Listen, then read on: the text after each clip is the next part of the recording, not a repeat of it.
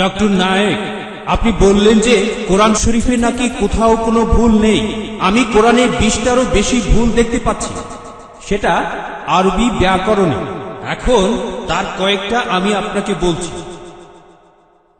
ইন্নাল্লাযীনা আমানু ওয়াল্লাযীনা হাদু ওয়াস-সাবিউন, এটা আছে সূরা বাকারায় আর সূরা হাজে।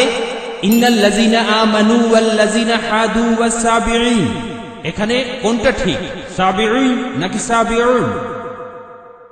1 নম্বর। 2 নম্বর হলো কোরআনে আছে, হ্যাঁ, কিন্তু এছাড়াও আরো আছে। সূরা তাহার 63 নম্বর আয়াতে ইন্না হাজানি লিসাহিরান, ভুল, ইন্না হাজাইনি লিসাহিরান। এটার কি ব্যাখ্যা দেবেন? এছাড়াও আমি আরো অনেক ভুলের কথা জানি। এক্সকিউজ মি, আমরা শুধু প্রথম প্রশ্নটা গ্রহণ করব, সময়ের অভাবে দ্বিতীয় প্রশ্নটা গ্রহণ করতে ঠিক পারছি না। আছে, ঠিক আছে। ভাই, আপনি খুব সুন্দর একটা প্রশ্ন করেছেন। আমি আরেকটু সহযোগিতা করতে চাই যে হ্যাঁ, আপনি সবগুলো ব্যাকরণগত ভুলের কথাই বলেন। আর আপনার হাতের বইটা লিখেছেন আব্দুল ফাদি। আব্দুল ফাদি ঠিক, ইজ দ্য কোরআন ইনফেলেবল। আমিও দেখতে পাচ্ছি, হ্যাঁ আলহামদুলিল্লাহ, আমি ভালোই দেখতে পাই।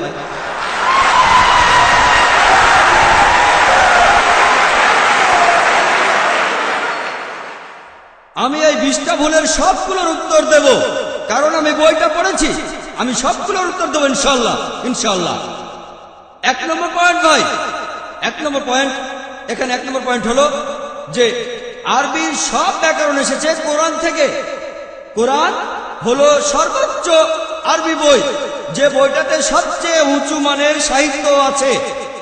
আরবি ভাষার সব ব্যাকরণ এসেছে কোরআন থেকেই। কোরআন হলো ব্যাকরণের মূল গ্রন্থ, আর কোরআন যেহেতু ব্যাকরণের মূল গ্রন্থ এবং সব ব্যাকরণ এসেছে কোরআন থেকে, কোরআনে কোনো ভুল থাকতে পারে না। 1 নম্বর পয়েন্ট। 2 নম্বর পয়েন্ট, 2 নম্বর পয়েন্ট, 2 নম্বর পয়েন্ট। ব্যাপারটা এরকম যে আপনি একটা রুলার নিলেন আর সেই রুলারের গায়ে দাগ কাটা আছে, তারপর বললেন যে মাপটা ভুল হয়েছে। এটা বেশ অযৌক্তিক। 2 নম্বর পয়েন্ট, আরবে বিভিন্ন আলাদা আলাদা গোত্রে, আপনি যদি আরবি জানেন না, ডক্টর উইলিয়াম ক্যাম্বেল আমার সাথে একমত হবেন যে আরবের গোত্রগুলোর মধ্যে ব্যাকরণ মাঝে মধ্যে বদলে যায়। কিছু কিছু আরবীয় গোত্রে যে শব্দটা স্ত্রীবাচক, অন্য আরেক গোত্রে সেটাই পুরুষবাচক। একই শব্দ, তবে গোত্রভেদে ব্যাকরণ বদল হতে থাকে, এমনকি শব্দের লিঙ্গ বদলে যায়। তাহলে আপনি কি কোরআনকে সবগুলো ব্যাকরণ দিয়ে পরীক্ষা করেন না?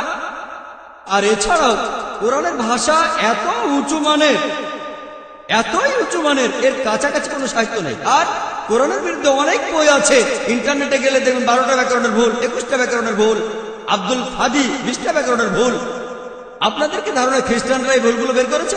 কারাই ভুল বের করেছে জানেন? কারা করেছে? মুসলমানরাই। মুসলমান পণ্ডিতরা, যেমন জামকশারি, তারা এটা করেছে। কোরআনের ব্যাকরণ এত উঁচু মানের যে কোরআনের ভাষা মাঝে মধ্যে প্রচলিত আরবির বিরুদ্ধে যায়।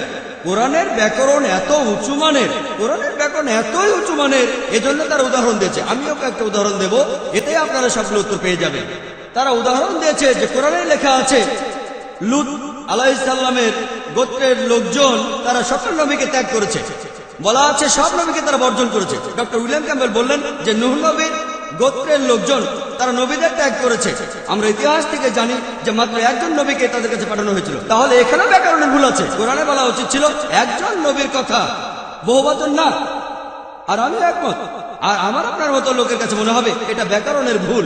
কিন্তু যদি আপনারা আরবদের লেখা বইগুলো পড়ে থাকেন, কোরআনের আসল সৌন্দর্য কি? সৌন্দর্যটা হলো কোরআনে কেন একজন নবীর কথা না বলে নবীদের কথা বলা হয়েছে। আপনারা জানেন কেন? কারণ আমরা জানি যে সব নবীদের হেদায়েতের বাণী মূলত একটাই, যে ঈশ্বর একজনই, তাওহীদের বাণী, আল্লাহ সুবহানাহু ওয়া তাআলার বাণী। লূত আলাইহিস সালামের লোকজন এবং নূহ আলাইহিস সালামের লোকজন তাদের নবীকে ত্যাগ করেছিল, আর পরোক্ষভাবে নিজেদের নবীকে ত্যাগ করে তারা সব নবীদেরই ত্যাগ করেছে।